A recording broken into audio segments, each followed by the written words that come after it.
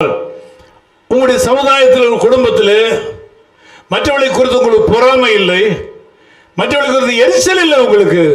ஆனால் மற்றவர்களுக்கு இருக்கிற சில காரியங்கள் எனக்கு இல்லை என்கிற டெஸ்பாண்டன்சி, ஏக்கம் இருக்கிறது அல்லவா? அந்த ஏக்கத்தை காண்கிற தேவன் இந்த காலவெளியில் உங்கள் மத்தியிலே வந்திருக்கிறார். நீங்கள் செய்த நல்ல காரியங்களையும் அவருக்காக உழைத்த உழைப்பையும் ஒரு தான தர்மங்களையும் மறந்து விடுவதற்கு அவர் அநீதி உள்ள தேவன் அல்ல. அவர் உங்களை ஒரு இடத்துல மனதில் வைத்திருக்கிறார். அவர் நீங்கள் செய்த ஒரு சில காரியங்களை அவர் தன்னுடைய மனதில் வைத்திருக்கிறார். 1000 தவறுகள் செய்திருக்கலாம், நீங்கள் ஒரு நன்மை செய்யவில்லையா? நீங்கள் செய்த ஒரே நன்மையை கர்த்தர் மனதில் வைத்து இந்த காலவெளியில் உங்கள் மனதில் இருக்கிற ஏக்கத்தை கர்த்தர் எராடிகேட் பண்ணி கொண்டிருக்கிறார். உங்கள் இருதயத்தில் இருக்கிற டெஸ்பாண்டன்சி, ஏக்கத்தை கர்த்தர் நீக்கி கொண்டிருக்கிறார்.